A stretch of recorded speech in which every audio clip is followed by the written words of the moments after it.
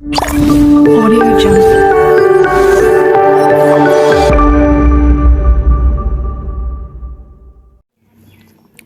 जय हिंद साथियों, मैं मनोहर यादव स्वागत करता हूं आपके अपने यूट्यूब चैनल मनोहर यादव 12 पे। जैसे कि आपको पता होगा, पिछले कुछ दिनों से अग्निवीर का जीके क्लास चल रहा है, जिसमें कुछ टॉपिक कवर भी हो चुका है। आज है हमारा वीडियो नंबर 3 अग्निवीर क्लास का। क्या है कि कुछ दिनों में अग्निवीर का एग्ज़ाम हो जाएगा। ज़्यादा जैसे कि एग्ज़ाम ऑनलाइन ख़त्म होगा, उसके 1 डेढ़ महीना के भीतर एग्ज़ाम ले लेता है, तो आपको अभी से तैयारी करना पड़ेगा। हम चाह रहे हैं जितना जल्दी हो सके आपका टॉपिक वाइज क्लियर हो, उसके बाद मॉक टेस्ट चलेगा आप लोग का। तो मॉक टेस्ट चलेगा तो आपको इधर पहले पूरा पढ़े रहेंगे, तब ना आपको मॉक टेस्ट में आपको आसान होगा। इसीलिए 1857 क्रांति हो गया, महात्मा गांधी का क्या योगदान था स्वतंत्रता आंदोलन में, वो हो गया। आप नहीं देखें तो उसका लिंक हम डिस्क्रिप्शन में दे देंगे, आप लोग वहाँ जाकर देख लीजिएगा। आज का टॉपिक है वो वैदिक सांस्कृतिक सभ्यता। वैदिक काल जो था उसका जो है उससे कितना क्वेश्चन पूछा जाता है वो आज हम बात करेंगे। प्रीवियस क्वेश्चन और कितना क्वेश्चन पूछ सकता है वो सब क्वेश्चन है, एमसीक्यू टाइप क्वेश्चन है। तो वीडियो में आगे बढ़ते हैं। चैनल पे नए हैं तो चैनल को सब्सक्राइब कर दीजिएगा, वीडियो को लाइक कर दीजिएगा। चलिए देखते हैं अगला क्वेश्चन। क्वेश्चन नंबर 1 क्या है? क्वेश्चन नंबर 1 हमारा है निम्नलिखित में से कौन सा वेद सबसे पुराना है? कौन सा वेद सबसे पुराना है? तो आपको बता दें निम्नलिखित में सबसे पुराना वेद होगा आपको कौन सा, तो वो होगा ऋग्वेद। कौन सा होगा? ऋग्वेद। ऑप्शन में जैसे दिया हुआ है यजुर्वेद, सामवेद, ऋग्वेद, अथर्ववेद, इसका सही आंसर होगा वो होगा ऋग्वेद। तो चलिए देखते हैं अगला क्वेश्चन। Question number 2। अगर हम क्वेश्चन नंबर 2 देखें, क्वेश्चन नंबर 2 के बारे में अगर देखते हैं हम लोग, तो हमारा दूसरा क्वेश्चन है 1800 से 1500 ईसा पूर्व की 30 ऋग्वेद पांडुलिपियों को यूनेस्को की memory of the world register में किस वर्ष शामिल किया गया? 2008 में, 2005 में, 2009 में, 2007 में। तो इसका सही आंसर क्या होगा? वो होगा 2007 में। तब चलिए अब देखते हैं अगला क्वेश्चन। हमारा अगला क्वेश्चन है ऋग्वेद के वैदिक ग्रंथ में किस शब्द का सर्वप्रथम उल्लेख हुआ? वर्ण, सोम, आयस, गम्य। तो इसका सही आंसर होगा वो क्या होगा? वर्ण। क्या होगा? वर्ण। अब चलिए देखते हैं अगला क्वेश्चन। क्वेश्चन नंबर 4 हमारा अगला क्वेश्चन है आरंभिक वैदिक काल में कर्ण व्यवस्था आधारित थी। कौन सी व्यवस्था आधारित थी? आरंभिक वैदिक काल में वर्ण व्यवस्था आधारित थी। तो पहला ऑप्शन है शिक्षा पर, जन्म पर, व्यवसाय पर, प्रतिभा पर। तो इसका सही आंसर होगा वो होगा व्यवसाय पर। क्या होगा? व्यवसाय पर।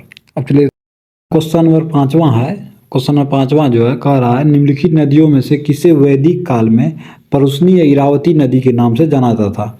रावी नदी को, चिनाब नदी को, सतलज नदी को, व्यास नदी को। तो इसका सही आंसर होगा वो होगा क्या? रावी नदी को। क्या होगा? रावी नदी को। इसलिए इसे रावी नदी कहा जाता था, परुष्णी या इरावती नदी। अब चलिए इतना अगला क्वेश्चन। हमारा अगला क्वेश्चन है ऋग्वेद में वर्णित देवताओं में सबसे प्रमुख देवता कौन थे? इंद्र, विष्णु, सूर्य, एक और ऑप्शन है वो है ब्रह्मा। तो इसका सही आंसर होगा वो क्या होगा? इंद्र। क्या होगा? इंद्र। इसका सही आंसर वो होगा इंद्र। अब चलिए इतना अगला क्वेश्चन। हमारा अगला क्वेश्चन है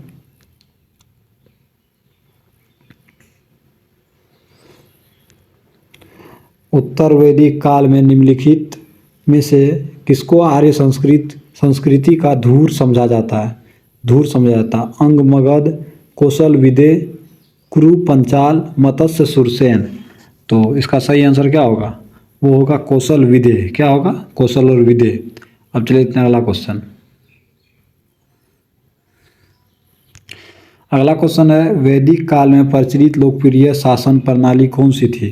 निरंकुश, प्रजातंत्र, गणतंत्र, वंश परंपरागत, राजतंत्र। तो इसका सही आंसर होगा वो होगा, एक मिनट, इसका सही आंसर होगा वो होगा वंश परंपरागत राजतंत्र। वैदिक काल में जो प्रचलित लोकप्रिय शासन प्रणाली थी ना, तो वो थी क्या? वंशागुनत आती थी। अब राजा का बेटा राजा बनेगा, उसका बेटा राजा बनेगा, ऐसे होता था, इसीलिए वंश परंपरागत राजतंत्र होता था। अब चलते हैं अगला क्वेश्चन। और अगला क्वेश्चन है वैदिक युग में वैदिक युग में राजा अपनी जनता से जो कर वसूलती थी उसे क्या कहते थे? बलि, विदथ, वर्मन, कर। इसका सही आंसर होगा वो होगा बलि। क्या होगा? बलि। वैदिक काल में जो है ना राजा सब अपना जनता से वसूली करता था उसे कहते थे बलि। अब चले लेते हैं अगला क्वेश्चन। अगला क्वेश्चन है ऋग्वैदिक काल में निष्क किस अंग का आभूषण था? कान का, गले का, बाहु का, कलाई का। इसका सही आंसर होगा वो होगा गले का। निष्क जो है ना, निष्क नाम जो था वो गले का आभूषण था। चलिए देखते हैं अगला क्वेश्चन।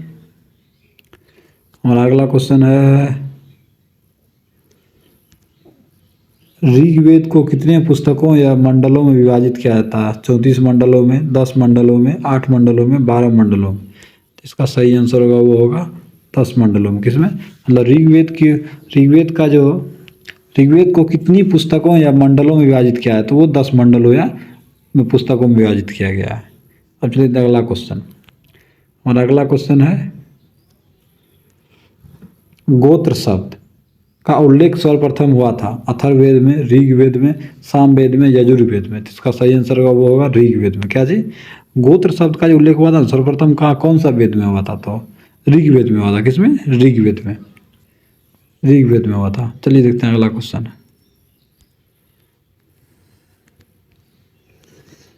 मतलब क्वेश्चन था उस पेज में भी है। हमारा अगला क्वेश्चन है गोत्र व्यवस्था प्रचलन में कब आई? ऋग्वैदिक काल में, उत्तर वैदिक काल है, महाकाव्य काल में और सूत्र काल में। तो इसका सही आंसर होगा वो होगा उत्तर वैदिक काल में। कब? उत्तर वैदिक काल में। गोत्र व्यवस्था प्रचलन में कब आई थी? उत्तर वैदिक काल में। चलिए देखते हैं अगला क्वेश्चन।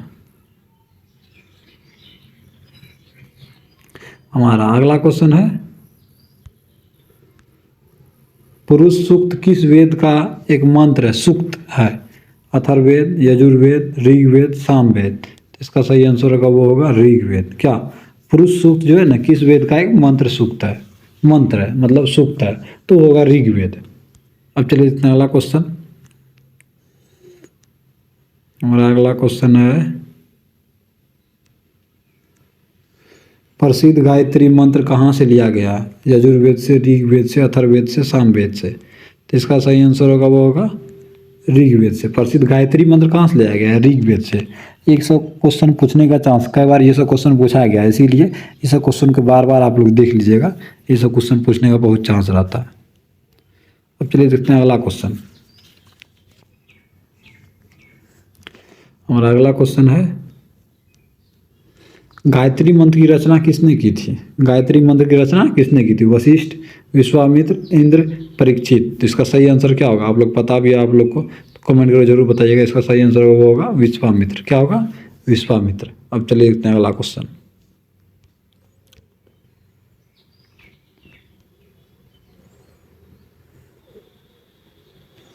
हमारा अगला क्वेश्चन है वैदिक भजनों के मुख्य संग्रह क्या कहलाता है? सूत्र, संहिता, पाद, मुख्य। वैदिक भजनों का जो है ना मुख्य संग्रह क्या कहलाता है? सूत्र कहलाता होगा या संहिता कहलाता है या पाद कहलाता है या मुख्य कहलाता? तो इसका सही आंसर होगा वो क्या होगा? संहिता कहलाता। क्या जी? संहिता कहलाता। अब चलिए इतने अगला क्वेश्चन। हमारा अगला क्वेश्चन है वैदिक काल के एक चरण में राजा को गोपति कहा जाता था, जिसका अर्थ क्या है? मतलब वैदिक काल के एक चरण था जिसमें कि राजा को गोपति का कहा जाता था, उसका अर्थ क्या है? ब्राह्मण का स्वामी, लोगों का स्वामी, भूमि का स्वामी, मवेशियों का स्वामी। तो इसका सही आंसर होगा मवेशियों का स्वामी। अब चलिए इतना अगला क्वेश्चन। हमारा अगला क्वेश्चन है ऋग्वेद में ऋषि विश्वामित्र और 2 नदियों के बीच संवाद के रूप में एक स्रोत है जिस देवी के रूप में पूजा जाता था, वह नदी कौन सी है? मतलब ऋग्वेद में ऋषि विश्वामित्र और 2 नदियों के बीच जो संवाद हुआ था, एक स्रोत है जिसे देवी के रूप में पूजा जाता है, उस नदी कौन सी है? अलकनंदा, रावी और चिनाब, गंगा और यमुना, ब्यास और सतलज। तो इसका सही आंसर होगा वो क्या होगा? ब्यास और सतलज। अब चलिए अगला क्वेश्चन। हमारा अगला क्वेश्चन है वैदिक लोगों द्वारा किस धातु का प्रयोग सबसे पहले किया जाता? चांदी का, लोहा का, सोना का, तांबा का। तो इसका सही आंसर होगा वो होगा तांबा का। वैदिक लोगों द्वारा किस धातु का प्रयोग सबसे पहले किया जाता था? तांबा का। अब चलिए लेते हैं अगला क्वेश्चन। हमारा अगला क्वेश्चन है ऋग्वेद या प्रारंभिक वैदिक काल 1500 से 1000 ईसा पूर्व के अनुसार निम्नलिखित में से कौन सा एक नदी देवी थी? तो पहला ऑप्शन है वो है अग्नि, दूसरा ऑप्शन सिंधु, तीसरा एरिका, चौथा उषा। इसका सही आंसर होगा सिंधु। अब चलिए अगला क्वेश्चन। कुछ यहाँ पे एक दो लाइन लिखा हुआ है जो पढ़ने लायक है, आपको काम भी आएगा। अग्नि हिंदू धर्म का अग्नि देवता, उषा भौर की देवी, एरिका सौंदर्य के देवता।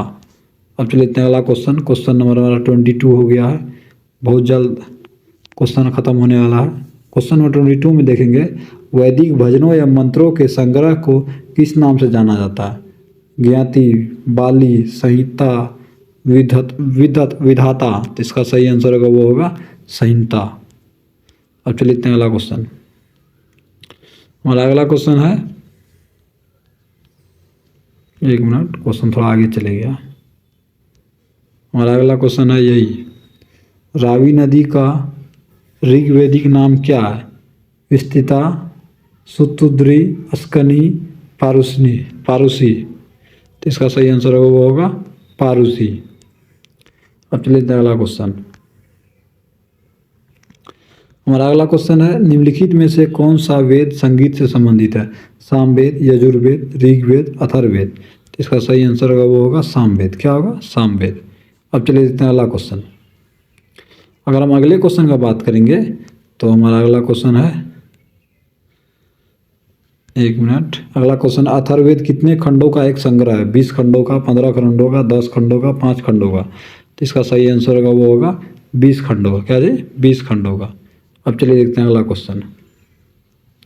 कुल कितने वेदांग है? 10 वेदांग है, 6 वेदांग है, 5 वेदांग है, 2 वेदांग है। तो इसका सही आंसर होगा वो होगा 6 वेदांग। अब चलिए देखते हैं अगला क्वेश्चन। क्वेश्चन है वेदांगों के संदर्भ में निम्नलिखित में से कौन सा शब्द अनुष्ठान को दर्शाता है? व्याकरण, छंद, कल्प, शिक्षा। तो इसका सही आंसर होगा कल्प। क्या होगा? कल्प। अब चलिए अगला क्वेश्चन। अगर हम अगले क्वेश्चन की बात करें, क्वेश्चन नंबर 28 है। अगर हमको 28 नंबर क्वेश्चन देखें तो इसमें है ऋग्वेद में उल्लेखित प्रसिद्ध 10 राजाओं का युद्ध किस नदी के किनारे लड़ा गया था? पारुष्णी, सरस्वती, विपाशा, अस्कनी। तो इसका सही आंसर क्या होगा?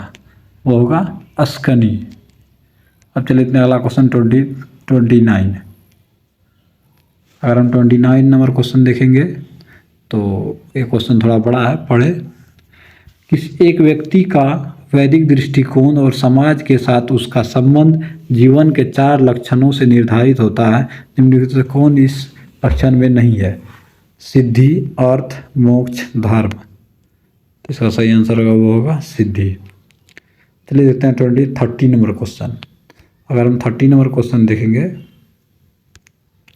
तो है वैदिक काल में 8 प्रकार के विवाह होते हैं, उनमें से कौन सा विवाह प्रेम विवाह, ब्रह्म विवाह, गंधर्व विवाह, देव विवाह, आर्ष विवाह। तो यही होगा इसका सही आंसर। क्या होगा? गंधर्व विवाह। क्या होगा? गंधर्व विवाह। तो वैदिक काल में कितने प्रकार के विवाह होते हैं? 8 प्रकार के। अब चलिए देखते हैं अगला क्वेश्चन 31 देखें, एक मिनट, ये किधर चल गया? 31 नंबर देखना है। और 31 नंबर देखिए, आर्य शब्द किस शब्द को इंगित करता है? निर्जाति समूह को, यायावरी जन को, भाषा समूह को, श्रेष्ठ वंश को। तो इसका सही आंसर होगा वो होगा श्रेष्ठ वंश को। अब चलिए देखते हैं अगला क्वेश्चन। आर्यों का एक जाति कहने वाला पहला यूरोपियन कौन था? Sir William Jones, H. Wilson, Max Muller, general Cunningham. इसका सही आंसर होगा वो होगा मैक्स मूलर। मतलब आर्यों का एक जाति कहने वाला पहला यूरोपियन कौन था? मैक्स मूलर था। अब चलिए इतना अगला क्वेश्चन 33। क्वेश्चन नंबर 33 में देखिए तो आर्य ने जनजातियों की प्राचीनतम बस्ती कहाँ है? आर्य जनजातियों के प्राचीनतम बस्ती कहाँ है? उत्तर प्रदेश में है, बंगाल में, सप्त सिंधु में, दिल्ली में। तो इसका सही आंसर होगा वो होगा दिल्ली, सप्त सिंधु। क्या होगा? सप्त सिंधु। चलिए अब देखते हैं अगला क्वेश्चन। 34 नंबर है, आर्य ग्रंथों की भाषा कौन सी थी? अर्ध अर्ध मगध, प्राकृत प्राकृत प्राकृत, फारसी, संस्कृत। तो इसका सही आंसर होगा वो होगा संस्कृत।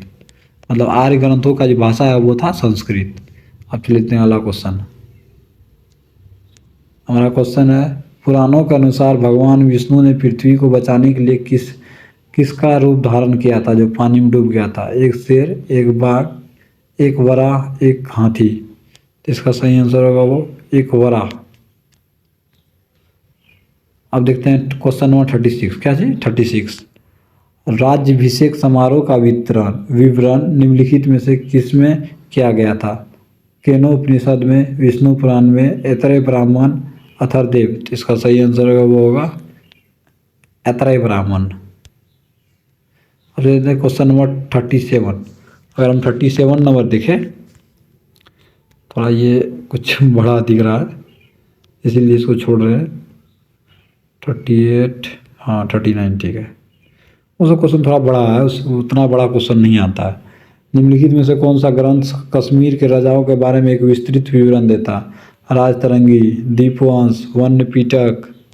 एक ऑप्शन होगा वो है कथा सरित सागर। तो इसका सही आंसर होगा वो होगा राजतरंगिनी। क्या होगा? राजतरंगिनी।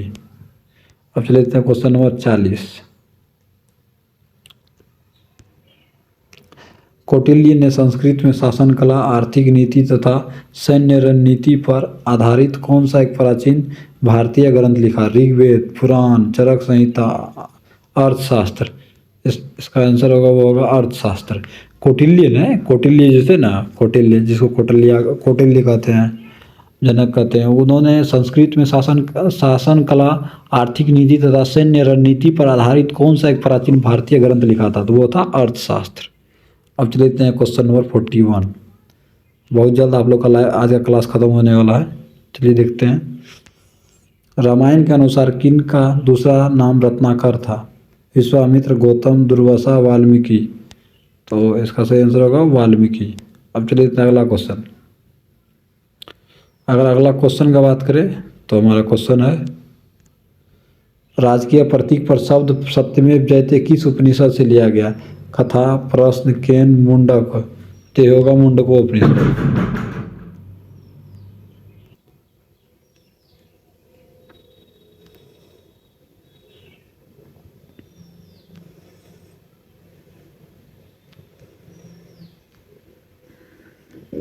तो ये है क्वेश्चन 43 नंबर क्वेश्चन है। क्या 43 नंबर क्वेश्चन? इसमें नंबर लिखना भूल गया है। क्वेश्चन नंबर 43 देखें तो, पूर्व वैदिक या ऋग वैदिक संस्कृति का काल किसे माना जाता? मतलब पूर्व वैदिक काल या ऋग वैदिक काल संस्कृति का किस काल, किस टाइम से किस टाइम को माना जाता है? तो 1500 से 1000 ईसा पूर्व तक माना जाता है पूर्व वैदिक काल। अब चलिए इतना अगला क्वेश्चन। आर्य शब्द का शाब्दिक अर्थ है वो है श्रेष्ठ या कुलीन। अगला क्वेश्चन देखें।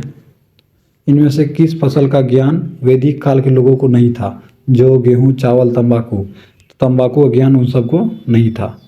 आर्य लोगों को क्या था? वैदिक काल में नहीं था तंबाकू ज्ञान। अगला क्वेश्चन देखें। भारतीय संगीत का आदि ग्रंथ कहा जाता है? ऋग्वेद को, उपनिषद को, यजुर्वेद को, सामवेद को। तो इसका सही आंसर होगा वो होगा क्या होगा? सामवेद। क्या होगा? सामवेद। अब चलिए अगला question, question number 47। Question number 47 देखा जाए, ऋग्वैदिक आर्यों का मुख्य व्यवसाय क्या था? कृषि, पशुपालन, शिक्षा, व्यवसाय। तो इसका सही आंसर होगा वो होगा पशुपालन। अब देखते हैं अगला क्वेश्चन। प्रथम विधि निर्माता कौन थे? मनु थे। कौन थे? मनु थे। अब चलिए अगला क्वेश्चन है हमारा, कृष्ण भक्ति का प्रथम और प्रधान ग्रंथ है? महाभारत, श्रीमद् भागवत गीता, गीता गोविंद, इनमें से कोई नहीं। तो इसका सही आंसर होगा वो होगा श्रीमद् भागवत गीता। कृष्ण भक्ति का प्रथम प्रधान ग्रंथ है श्रीमद् भागवत गीता। किस देवता के लिए ऋग्वेद में पुरंदर शब्द का प्रयोग किया गया? इंद्र के लिए। किसके लिए? इंद्र देवता के लिए। तो आज का क्वेश्चन यही खत्म हुआ। आज का सेशन कंप्लीट हो गया। अगर कोई बाय मिस्टेक इधर उधर का साउंड आया होगा तो उसके लिए क्षमा चाहते हैं। जाइए चैनल को सब्सक्राइब कर दिए और वीडियो को पूरा देखिएगा, काहे कि एक भी क्वेश्चन ना छोड़े आपका एग्ज़ाम में, यही हमारा टारगेट है। तो आज के लिए इतना ही। आपको पुराना क्लास भी देखना चाहिए, वो देख लीजिएगा तो आपको फ़ायदा मिलेगा। आज के लिए इतना ही। जय हिंद, जय भारत।